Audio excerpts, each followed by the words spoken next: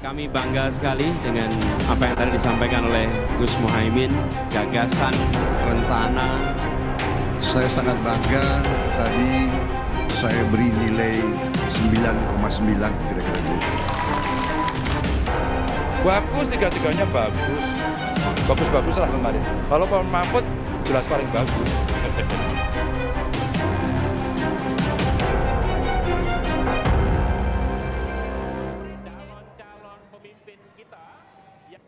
Saudara Litbang Kompas melakukan jajak pendapat soal perubahan atau berubah atau tidaknya pilihan responden setelah menonton debat calon wakil presiden Jumat lalu.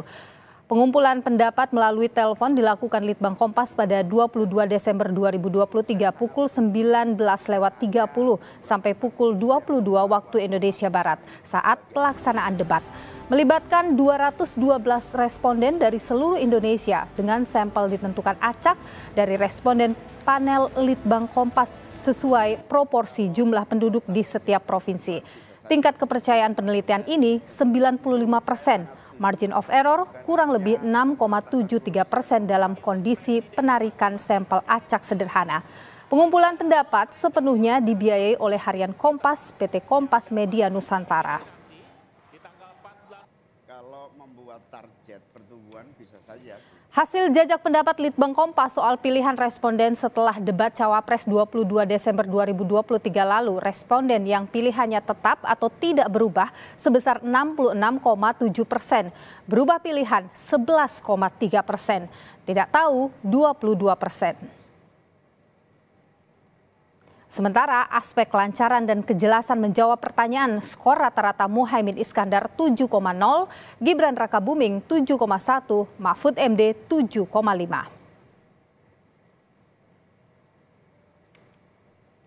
Lalu saudara, performa Cawapres dalam aspek penguasaan masalah yang didiskusikan, skor rata-rata Muhaimin 7,1, Gibran 7,1, Mahfud MD 7,6.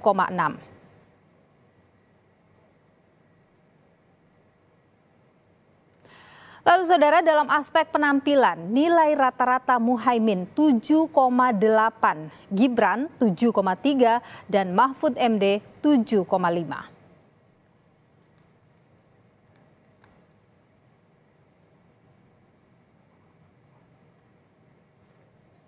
Saudara, soal saling klaim unggul masing-masing kandidat pasca debat Cawapres kita akan bahas petang hari ini bersama dengan Saiful Huda, Dewan Pertimbangan Timnas Amin, Daniel Ansar Simanjuntak, Jubir TKN Prabowo Gibran, dan juga ada Guntur Romli, juru bicara TPN Ganjar Mahfud, dan juga ada Bung Giani Budstamam, peneliti Litbang Kompas. Selamat, Ibu Giani, mohon maaf. Selamat petang, Bu Giani, Bapak-Bapak semua sehat selalu.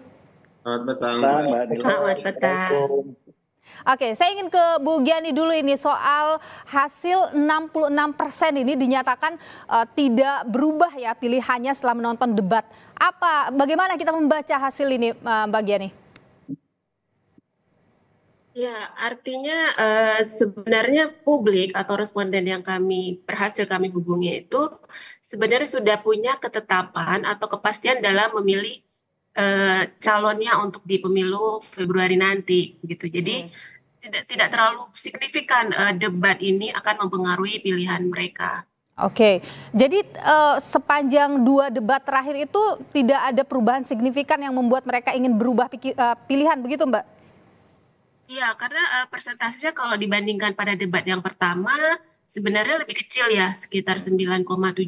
Nah, di debat yang kedua ini yang berubah menyatakan merubah pikiran itu sekitar 11,3%. Ini kan relatif lebih kecil ya dibandingkan yang sudah punya ketetapan tetap memilih pasangannya apapun hasil debat yang sudah terselenggara itu. Oke, yang 11% berubah ini adakah misalnya lebih mendalami lagi apa begitu faktornya? Iya, sebenarnya itu kuat dugaan itu ada karena mereka sudah punya fix pada pilihannya masing-masing. Nah, kalau kita kemarin itu coba cross ya dengan melihat faktor apa yang menyebabkan mereka mau berubah itu dilihat per kategori generasi. Itu yang lebih banyak berubah itu adalah generasi milenial, generasi Z. yang usianya di bawah 26 tahun. Artinya ini adalah pemilih pemula.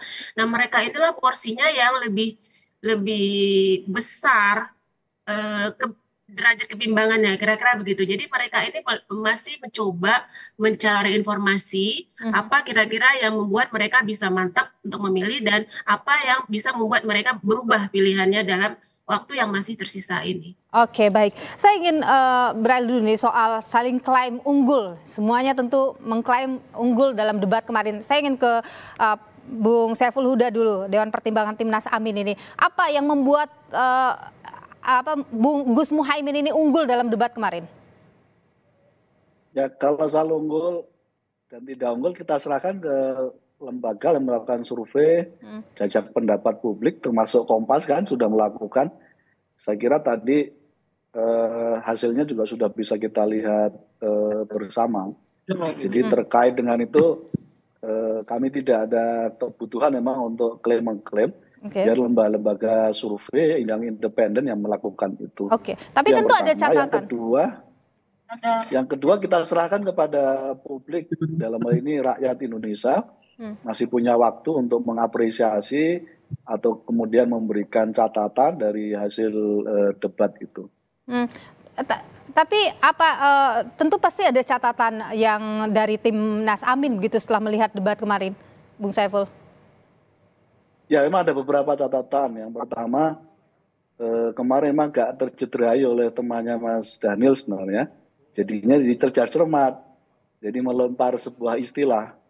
Sebagaimana disampaikan ke Pak Mahfud maupun ke Gus Imin gitu. Nah, menurut saya level debat untuk level pimpinan nasional saya kira kalau bertanya jangan ada semangat untuk menjatuhkan sejak dari awal. Jadi semangatnya saya kira harus menggali dari substansi apa yang semestinya bisa digali oleh lawan atau rival dari masing-masing. Itu yang pertama. Yang kedua, saya kira juga soal moving kandidat. Saya kira lebih baik semua kandidat untuk berdiri di tempat, stay di tempat yang sudah disiapkan oleh KPU.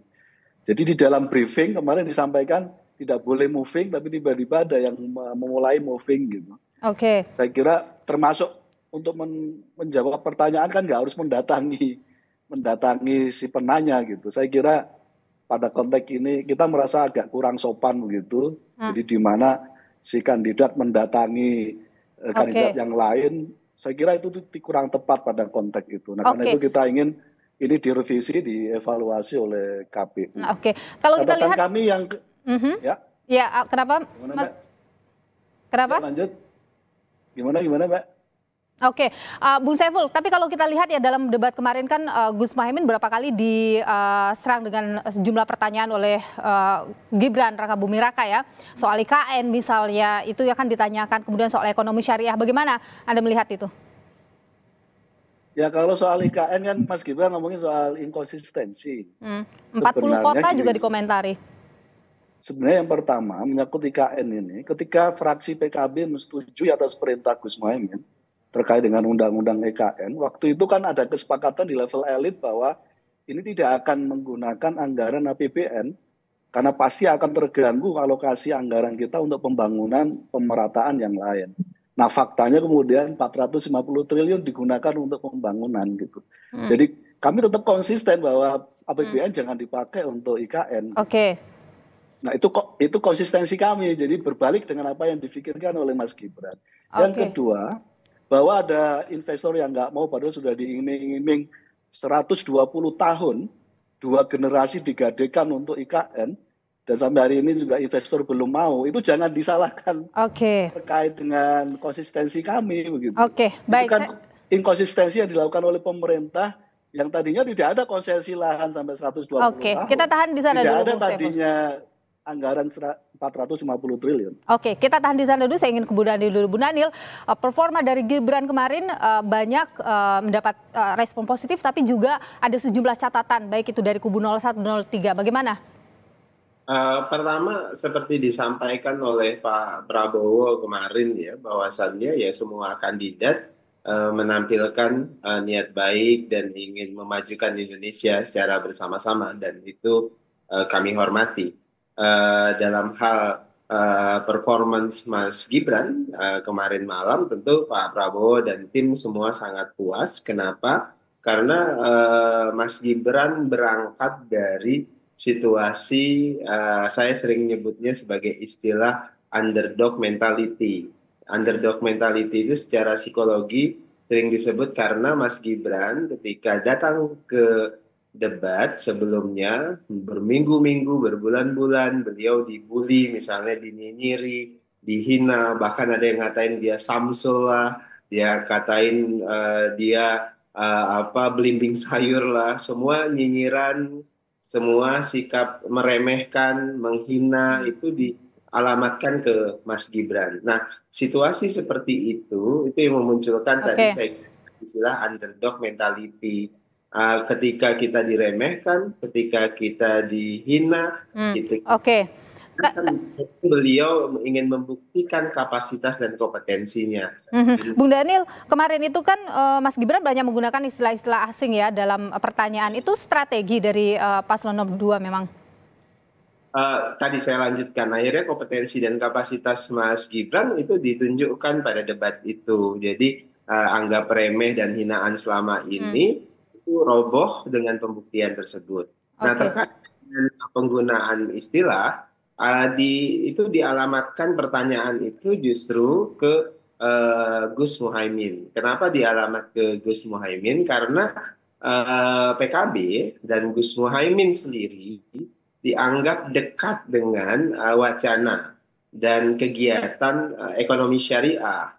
Konstituen PKB itu adalah sebagian besar umat Islam, kemudian tentu punya afirmasi perjuangan terhadap ekonomi Islam, ekonomi syariah. Nah, sehingga pertanyaan itu dialamatkan ke Gus Muhaimin karena dengan keyakinan Gus Muhaimin sangat paham dengan wacana dan istilah di ekonomi syariah karena itu ada. Baik. Saya tahan di sana dulu, Bung Daniel. Saya ingin ke Bung Guntur dulu. Soal penampilan Pak Mahfud kemarin bagaimana? Apakah sudah memenuhi ekspektasi atau masih ada catatan, Bung Guntur? Iya, kami sangat puas dengan penampilan Prof. Mahfud MD dalam debat Cawapres kemarin. Dan kalau kita kembali kepada pertanyaan tadi, semua tim memang bisa mengklaim paling unggul. Tetapi ketika kita kembali kepada penilaian yang dari responden yang disampaikan dalam survei jajak pendapat oleh Kompas, bahwa terbukti Prof. Mahfud MD memang unggul ya. Ini bukan klaim sepihak dari timnya Ganjar Mahfud, tapi merupakan penilaian dari publik. Misalnya menjawab pertanyaan dengan lancar dan jelas, Prof. Mahfud mendapatkan poin 7,5, dibanding Caimin 7, kemudian Gibran 7,1. Kemudian menguasai permasalahan yang didiskusikan, Prof. Mahfud itu mendapat poin 7,6, Gibran dapat 7,1, Muhaimin dapat 7,1. Nah, sedangkan penampilan kandidat di panggung memang Caimin unggul di 7,8, kemudian Prof. Mahfud 7,5, Gibran 7,3. Jadi ini merupakan penilaian yang muncul dari publik dan kami sangat puas dengan penampilan Prof. Mahfud meskipun dengan ada cara-cara yang ingin menjatuhkan dengan beberapa pertanyaan ataupun juga dari penampilan lawan bicara yang nampak ada provokasi. Tapi kami syukur alhamdulillah Prof. Mahfud tidak terjebak dalam upaya-upaya pertanyaan-pertanyaan yang menjebak itu. Begitu, Mbak. Siapa sih sebenarnya yang dimaksud memprovokasi, menjebak dan sebagainya? Kita lanjutkan setelah jeda berikut ini. Tetaplah bersama kami di Kompas Petang.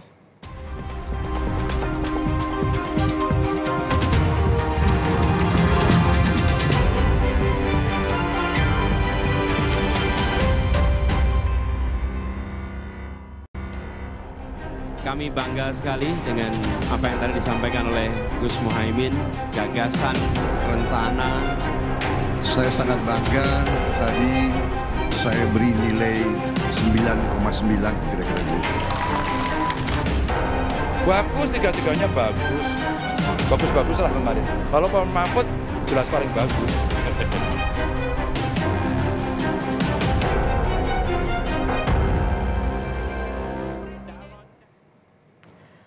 Saudara, pertanyaan soal SGIE yang dilayangkan Gibran Rakabuming Raka saat debat Cawapres tak hanya ditanggapi Muhaimin Iskandar, Capres nomor urut 3 Ganjar Pranowo juga angkat bicara soal ini. Gus Muhaimin ini adalah ketua umum dari Partai PKB. Saya yakin sekali Gus Muhaimin paham sekali untuk masalah ini. Bagaimana langkah Gus Muhaimin untuk menaikkan peringkat Indonesia di SGIE? Terima kasih.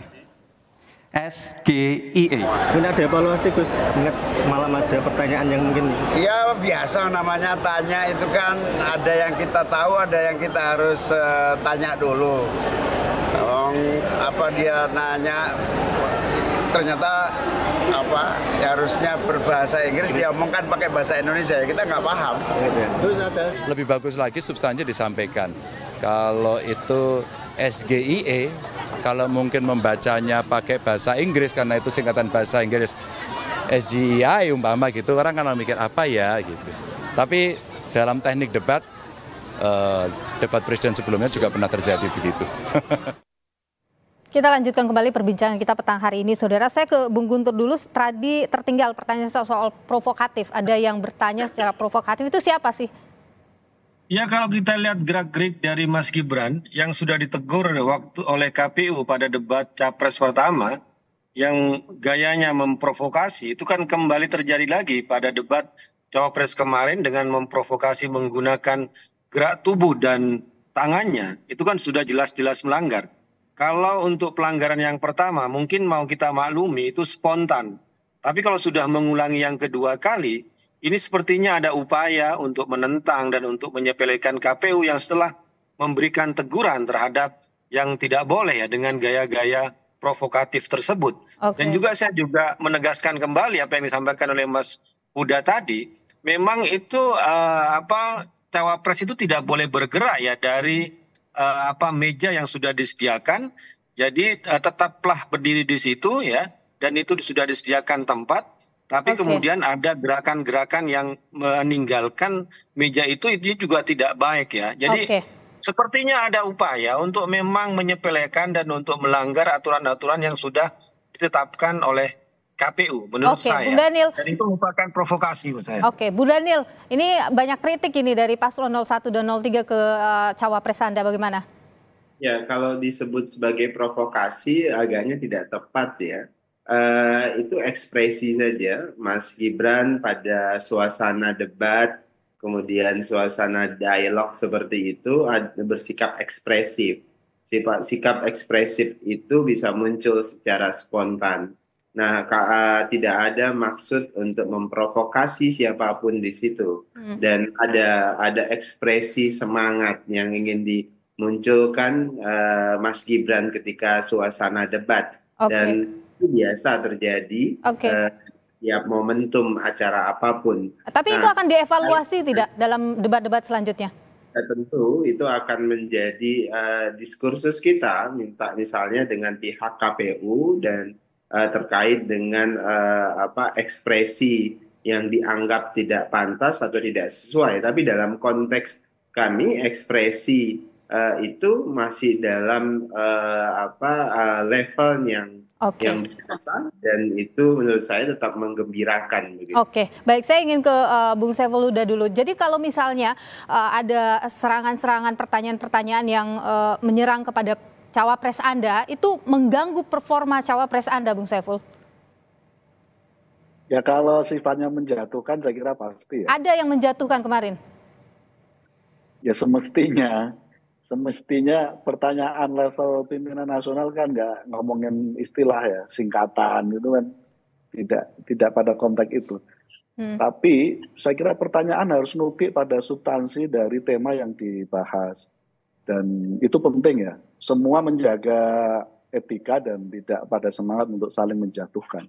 Selama yang ditanya adalah substansi, penggalian substansi dari visi misi masing-masing, saya kira tidak ada masalah. Tapi ketika sudah terjebak pada semangat untuk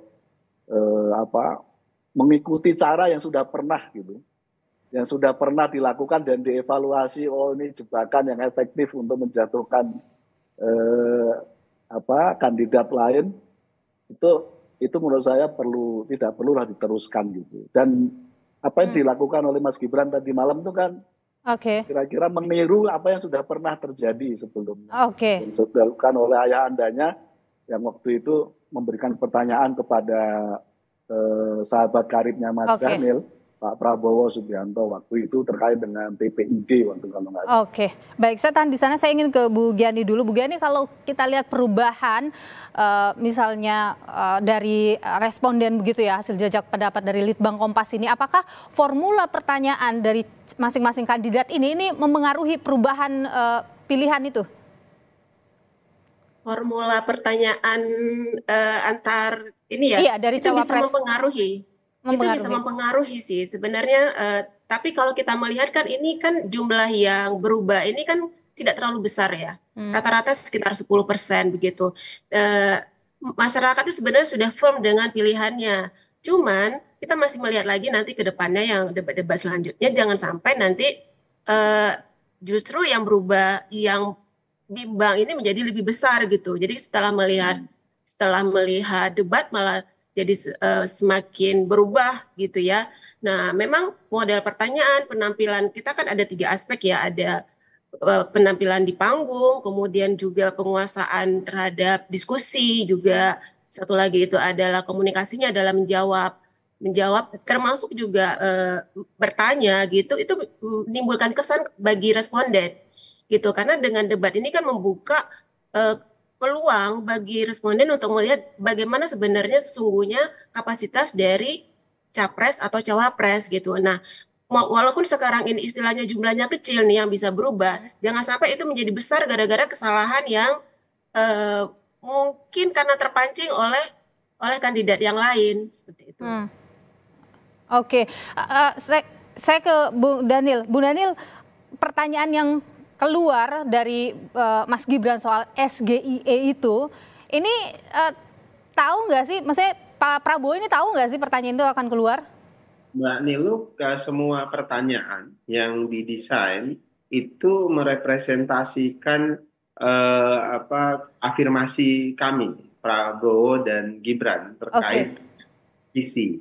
Misalnya terkait dengan SGIE itu terkait dengan afirmasi kami ingin mendorong ekonomi syariah agar tumbuh secara maksimal di Indonesia, termasuk terkait dengan pertanyaan carbon capture storage, itu juga terkait dengan afirmasi Prabowo Gibran terhadap ekonomi hijau yang zero emission. Nah, itu terkait dengan komitmen agar menghadirkan ekonomi Pancasila yang punya perspektif ekonomi hijau, ekonomi lestari. Itulah yang kemudian dipertanyakan ke kandidat lain sebagai sebagai upaya mendorong diskursus terkait dengan wacana ekonomi hijau. Baik. Saya tahan di sana. Singkat saja saya ke Bung Guntur Romli dulu, ini soal debat-debat selanjutnya, apa yang kemudian ingin diberikan catatan khususnya kepada KPU, singkat saja. Ya, pertama kami ingin kembali menegaskan bahwa KPU harus tetap konsisten dengan aturan-aturan yang sudah kita sepakati bersama. Kalau memang sudah ada pelanggaran dari pihak yang terlibat, kemudian itu sudah 2 kali, maka KPU harus melakukan tindakan yang lebih tegas agar tidak berulang-ulang. Karena apapun yang namanya ekspresi, Anda tidak berdalih kalau itu sudah melanggar aturan bersama, itu pelanggaran. Jangan berdalih soal saya ke Bu ekspresi. Saiful Huda, kalau dari Anda apa? Ya, kita berharap debat ke depan makin mendorong publik terlibat sebanyak-banyaknya. Yang kedua, kita ingin para kandidat ngomongin substansi sedetail-detailnya dan tanya jawab lebih kepada substansi dari gagasan yang diusung oleh masing-masing kandidat. Baik, Bung Saiful Huda, Daniel Ansar Simanjuntak, Bung Guntur Romli dan juga Bu Giani Bustamam, terima kasih sudah berbagi pandangan di Kompas Petang. Sehat selalu. Terima kasih.